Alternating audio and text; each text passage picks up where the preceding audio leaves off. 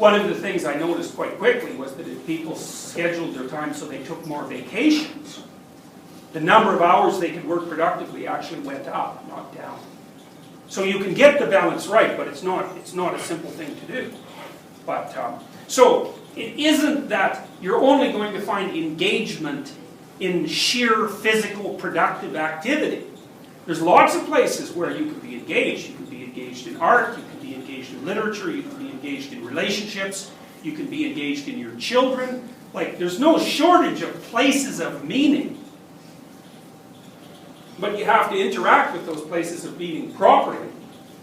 And you have to organize the multiple places where you derive meaning in a manner that's sustaining to all of them. And that's when you've got your frame right. But getting your frame right isn't enough. Because you have to get your frame right in a way that allows you to update your frame as you continue moving forward with it. And I do believe, because I do believe that the world that we're adapted to as biological organisms is the world where reality is information. I believe that when your nervous system signals to you that all's well, it's true. You're in the right place at the right time. You're bearing exactly the right amount of load. And the right amount of load is enough to keep you taut and ready and improving. And when you slip into that slot, I think all of the existential problems that arise to push people towards nihilism and hopelessness, or sometimes towards totalitarianism and rigidity, that problem just goes away. And it's because you solved it. It's not because it's not a problem. It's a bloody problem. But that doesn't mean that, because one of the things that modern people do is they conceptualize themselves as defeated a priori. That the fact that life is tragic and that you're not all you could be and that everything will come to an end means that you're not, by definition, you're not up to the task. It's like, that's by no means obvious, man. People are tough. Like, they're so tough, it's unbelievable. Well, you see that on YouTube. Because I look at YouTube now and then and feel terrible about it. One of the things I do like looking at are the extreme sports that people engage in. And I mean, people can do unbelievable things. They're completely off their rocker. They can do things with their bodies that you just can't possibly imagine. I was looking, for example, at, there was a video that went around a while ago about, it was a videotape of the woman who won the 1956 hurdling. You bounce off one of those horses for gymnastics. And so she did her winning routine, was videotaped, and then the next videotape was of the person who won the gold in the Olympics at the last Olympics. And it was like, the first woman did this really cool roll off the horse. It was quite spectacular. It's like the second one was like 20 feet in the air with 4 flips, end over end, vertically. It wasn't like they weren't even the same creatures. One looked like some kind of like android kangaroo, and the other looked like a pretty competent gym teacher. I mean, God only knows what the limits of human ability are, but we certainly haven't touched them. And you guys, most of you, have no idea what you'd be capable of if you really got your acts together, and you were a force. Because another thing you might think about is, maybe the existential misery that you experience in your life is directly proportional to the amount of time you waste. Because if the dragon guards a treasure, and your job is to get the damn treasure, and you need it. It's not optional. Without the treasure, you don't have the riches necessary to live. All the time you're wasting is time that you're not spent in the treasure room, fundamentally. And so, if you're not spending all your time in the treasure room, you can't complain about being poor. So it's a good thing to think about, because and this is what makes it optimistic. It's possible that if you utilize what was in front of you, and so that would be the ground of being, let's say, if you utilize that, that would be enough. Or maybe you could get even really lucky, and if you utilized it properly, it wouldn't just be enough, it would be more than enough, So you could go from saying, well, it's okay to be a limited and mortal being, to saying, hey, this is a pretty damn good deal, and if I could, I'd sign on for it again. And that was actually Nietzsche's idea of the eternal return. So when he was trying to figure out what people should do as a consequence of the collapse of the ethical systems that constituted classical religious belief, he conjured up the idea of the eternal return, and it was roughly this: you should live in such a way so that if you had to repeat what you were doing forever into infinity, you would say yes to that. And that's an idea like Piaget's equilibrated state, except obviously it's stretched into huge expanses of time. You know, and that's a high-level thing to aim at, but you know, so here's another example. Like, I've seen people who get stuck in very bureaucratic organizations, you know, and they just get bloody well tortured to death by them because it's mindless tyranny, stupid rules, and on arbitrary decisions, and counterproductive management advice, and jealousy, and punishment for doing well, and you know, everything you can do to possibly set up a situation where the person who's got the job is just crushed by it. That people won't say anything. It's like, well, what would happen if you said something like, well, why do you want me to do this? It looks stupid. And they might be thinking, oh, I could have thought it was stupid too, you know, but someone else told me to do it. Highly probable that they would be thinking that.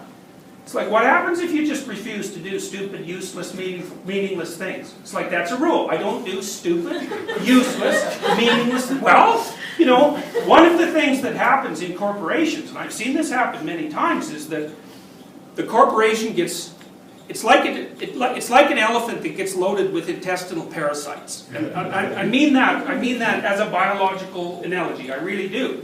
Because a corporation is a body, in some sense, that has a tremendous amount of built-in value. And what can happen as the corporation develops is it gets full of people who just pull out the value. They don't actually do anything. They rape the brand is what they do.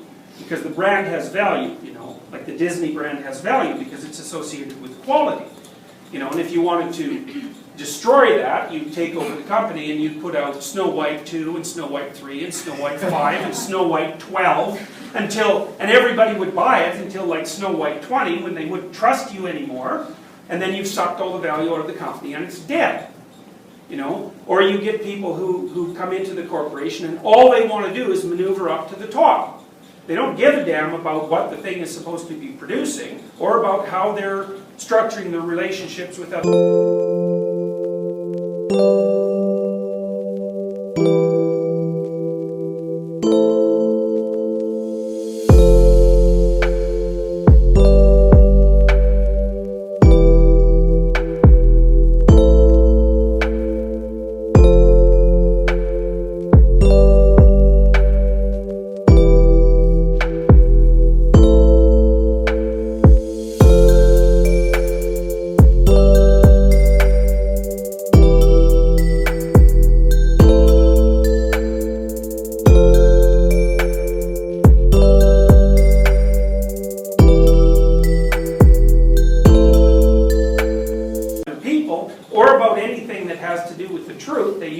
Instrumentally to reach their goals, and you get enough people like that in your company and it's like, it's dead, it's gone. And that happens to companies all the time because they don't last, right? This is why Marx was wrong. You know, he said power and money accumulate in the hands of fewer and fewer people. What he didn't say is it's always different people. You know, it's like there's a 1%, but it's not the same people. You know, most family fortunes don't last 3 generations, and neither do most large companies. So there's a lot of dynamic turnover. But you know, you guys are going to be working in companies, a lot of you, at least at some point, at pretty damn significant levels. And even at an entry level, you have more power than you think. You know, it is not necessary to do things you know are stupid and meaningless. And if the situation that you're in is demanding that, then you might ask yourself, maybe I should be somewhere else. And then you might say, well, I can't.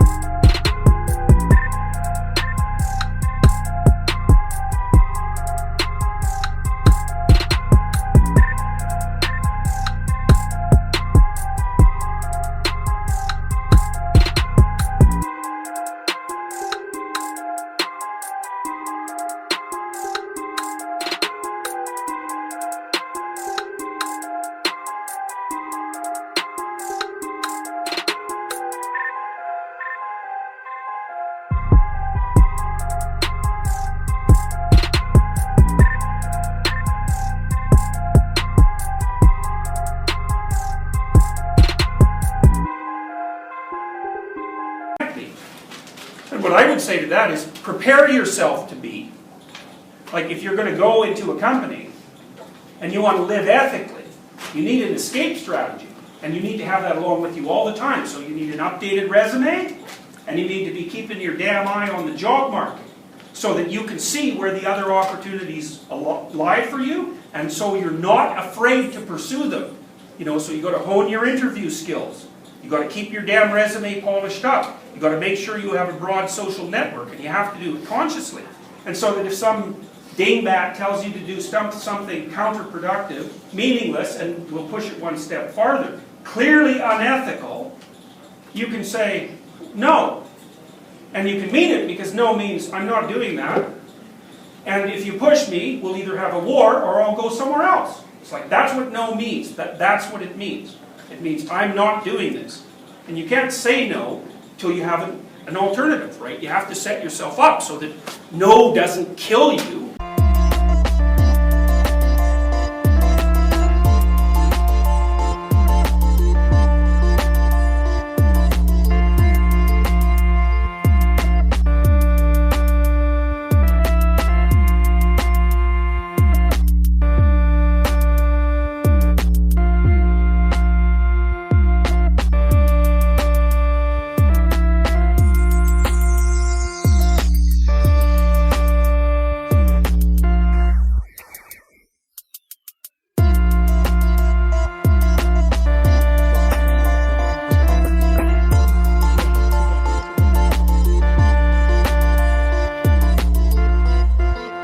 Because obviously then you won't say it.